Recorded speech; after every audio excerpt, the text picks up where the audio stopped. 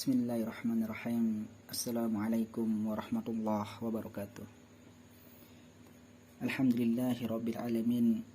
Wabihi nasta'inu wa ala umurid dunya waddin. Wassalatu wassalamu ala asrafil anbiya'i wal mursalin, Sayyidina wa maulana Muhammadin wa ala alihi wa ashabihi ajma'in, amma ba'du. Puji syukur kehadirat Allah subhanahu wa ta'ala, karena Dia telah memilih kita menjadi seorang muslim, dan kita berharap kepada Allah subhanahu wa ta'ala agar senantiasa ditetapkan menjadi hamba yang istiqamah, yang berpegang teguh kepada kebenaran Islam. Salawat dan salam kita sampaikan kepada Nabi Muhammad SAW, seorang Rasul yang diberi wewenang oleh Allah untuk menyampaikan wahyu ilahi sebagai petunjuk bagi manusia bagaimana menjalani kehidupan di dunia ini agar mendapatkan barokah dan keridhaan Allah subhanahu wa ta'ala. Kita juga sampaikan salam kepada keluarga Nabi SAW, satu-satunya keluarga yang mendapatkan keridhaan Allah, sehingga apabila kita ingin membangun keluarga yang diridhoi oleh Allah, hendaklah kita mengikuti pola hidup yang dicontohkan beliau dalam mengurus keluarga. Dan kita sampaikan juga salam kepada para sahabat Rasulullah SAW yang telah berhasil membangun masyarakat yang diridhoi Allah subhanahu wa ta'ala. Pendengar yang dirahmati Allah subhanahu wa ta'ala, bermacam tipe manusia dalam kehidupan ini.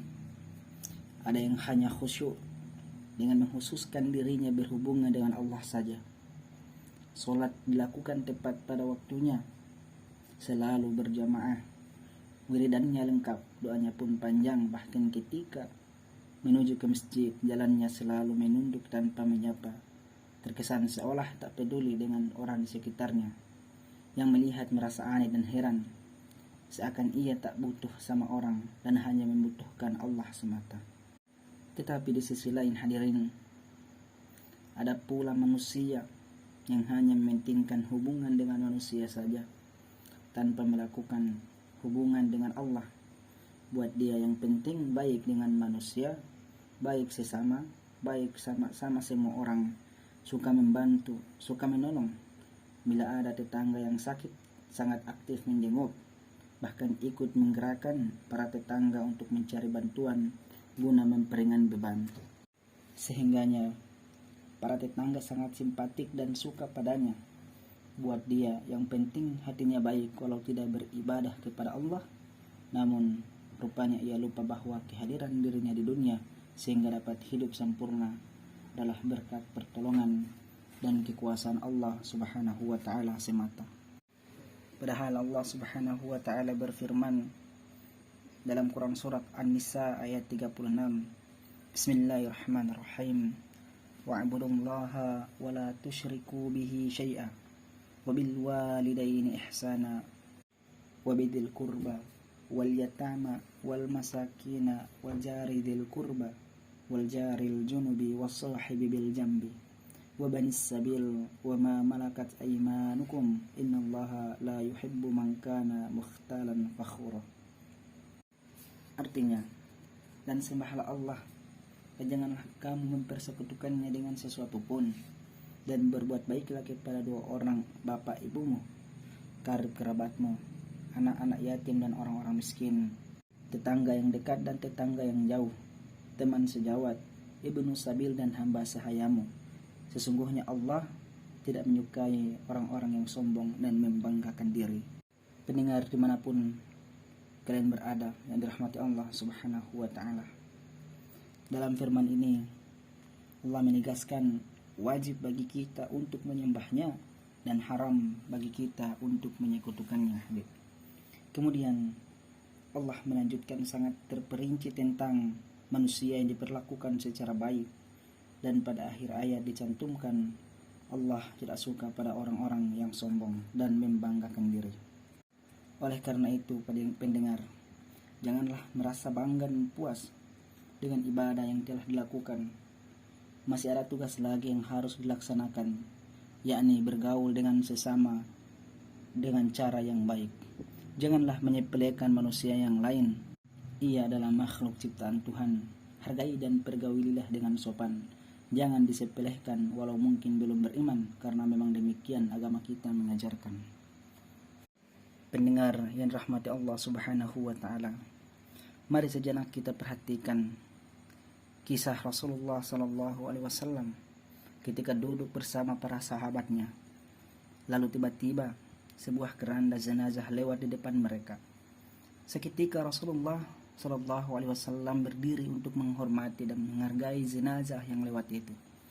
Tetapi kemudian sahabat yang lain memperingati Rasulullah bahwa yang meninggal itu adalah seorang Yahudi, bukan seorang Muslim. Lalu apa yang dilakukan Rasulullah?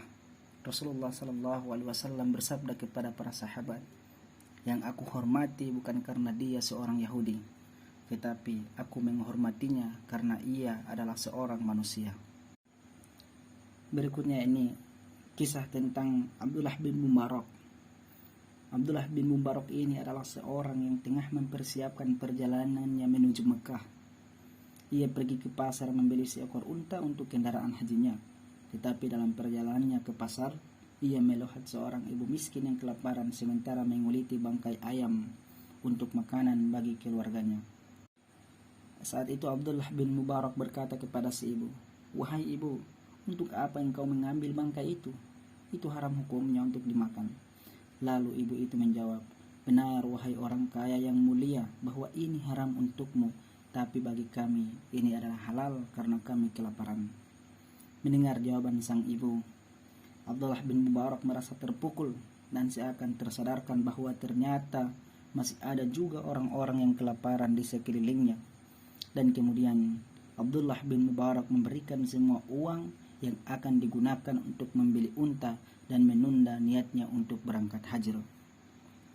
Ia sadar bahwa untuk apa ia berhaji, menyempurnakan ibadah, padahal di sekelilingnya masih ada orang miskin yang untuk makan saja sangat sulit.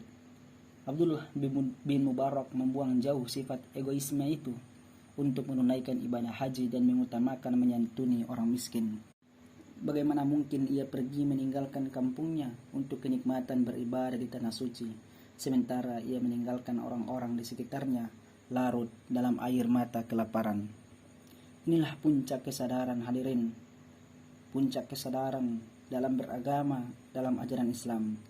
Akhirnya Allah Subhanahu wa taala memberi petunjuk kepada Abdullah bin Mubarak melalui mimpi sehingga beberapa malam berturut-turut bahwa Allah Subhanahu wa taala telah menerima niat haji Abdullah bin Mubarak. Ia tergolong haji yang mabrur dan Allah telah mengampuni dosa-dosanya. Pendengar yang dirahmati Allah Subhanahu wa taala, dari 3 kisah di atas kita belajar bahwa sesungguhnya Allah Subhanahu wa taala menghendaki keseimbangan dalam ibadah bagi hamba-hambanya. Kita wajib menunaikan perintahnya yang berhubungan dengan ibadah-ibadah yang tertuju langsung kepada Allah, seperti ibadah salat, puasa, zakat dan haji. Tetapi kita juga secara seimbang diperintahkan untuk melaksanakan ibadah-ibadah yang berhubungan dengan sesama manusia. Seakan-akan Allah Subhanahu wa taala tidak setuju seorang hamba beribadah sebanyak-banyaknya kepada Allah, tetapi di sisi lain hamba tersebut mengabaikan hubungannya sesama manusia.